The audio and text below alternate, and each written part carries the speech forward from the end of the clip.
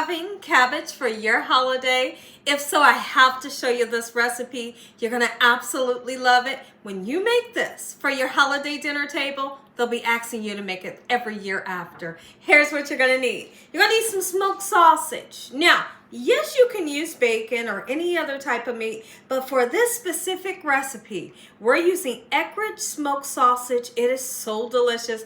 It's packed with so much flavor. You're gonna need cabbage, depending on how many people you're cooking for. I always use 2 because we can have this for leftovers like for the next 3 days if there's some left, right? You're gonna need a nice beautiful green bell pepper and a sweet Vidalia onion. You're gonna need some spices to make everything come together and taste good.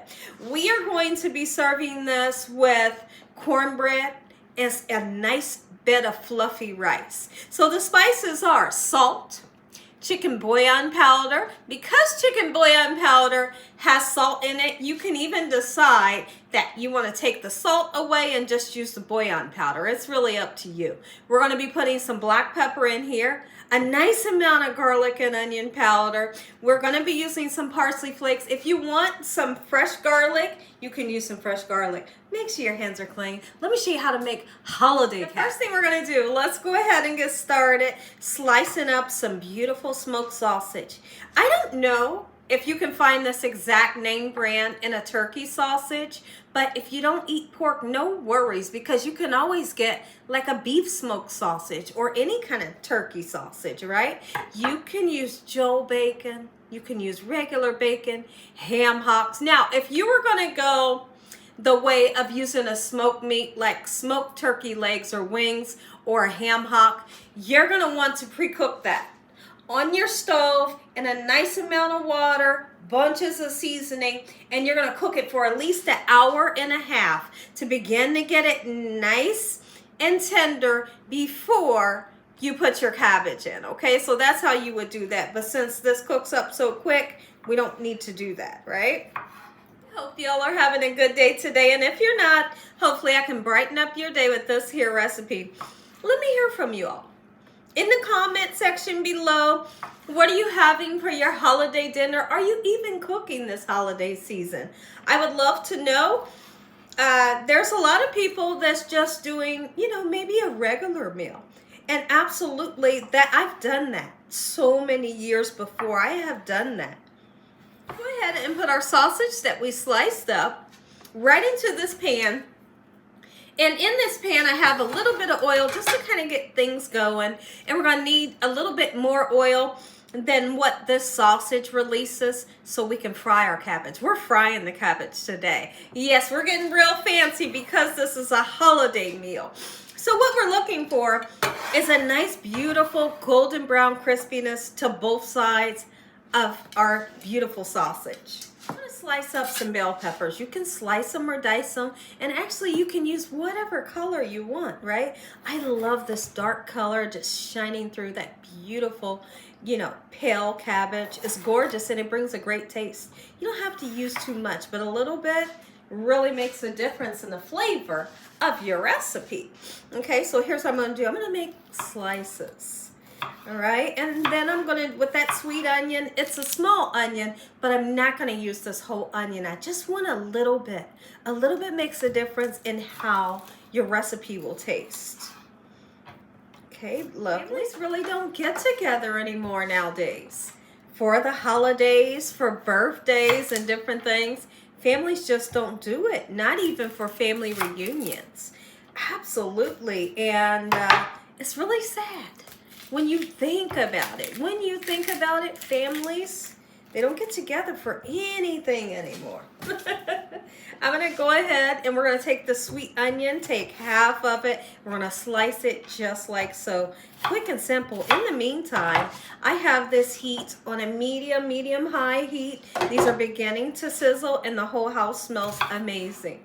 Now that we have that little bit of bell pepper and onion nice and sliced, Let me show you how I like to chop my cabbage down. You have the option to chop them into big pieces if you want, or little tiny pieces, whatever kind of like floats your fanny, right? Here's what we're gonna do. We're gonna go right down, and you need a little bit of elbow grease to do this. If not, grab somebody to help you out a little bit, okay? So once we get through, you're gonna run into the core, which is gonna be right here in the middle. Let me show you. We're gonna cut around that core, okay?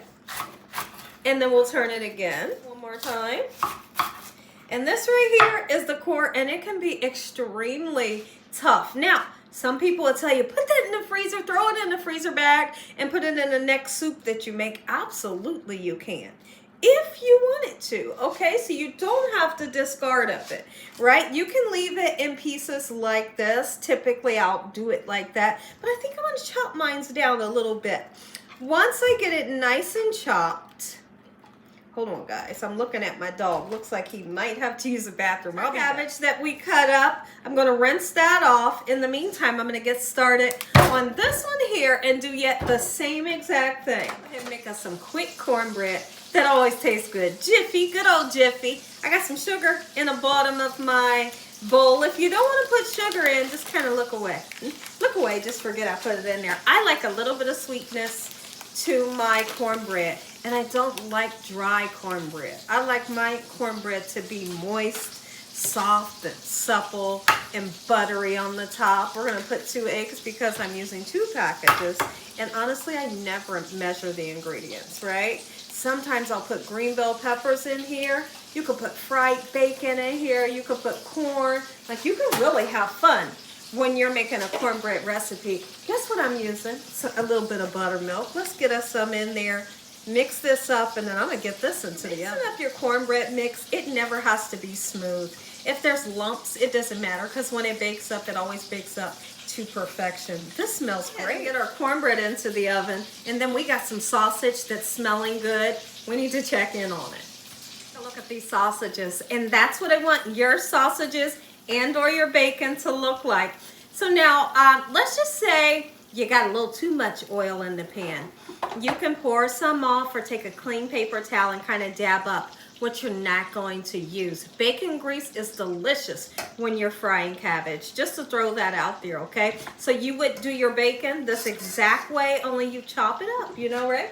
So I got the perfect amount of oil in. Guess what we're gonna do? We're gonna take our cabbage that we washed off. It's going right in. It's gonna pick up all that flavor from the pan, all the flavor that has been released. Yum. Let's get this. Think in the beginning, once you put your cabbage into the pan, like, oh my goodness, I got too much.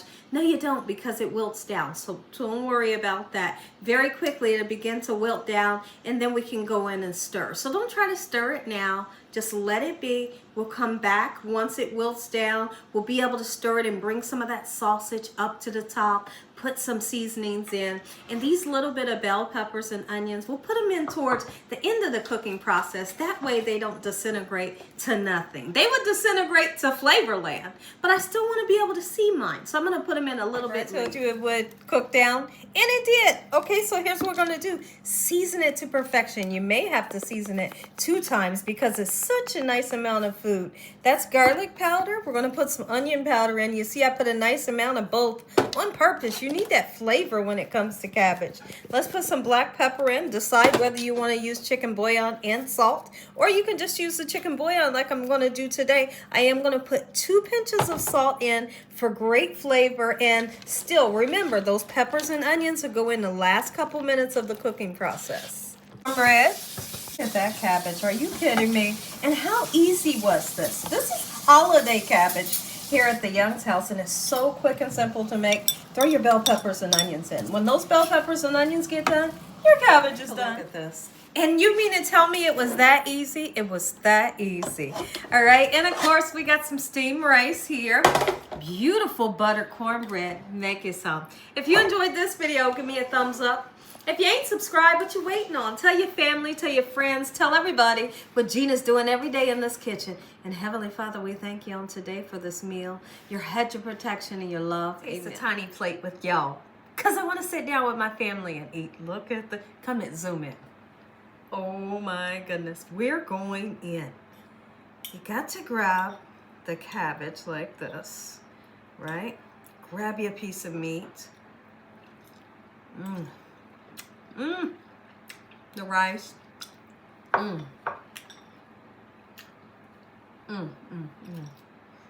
Don't miss out.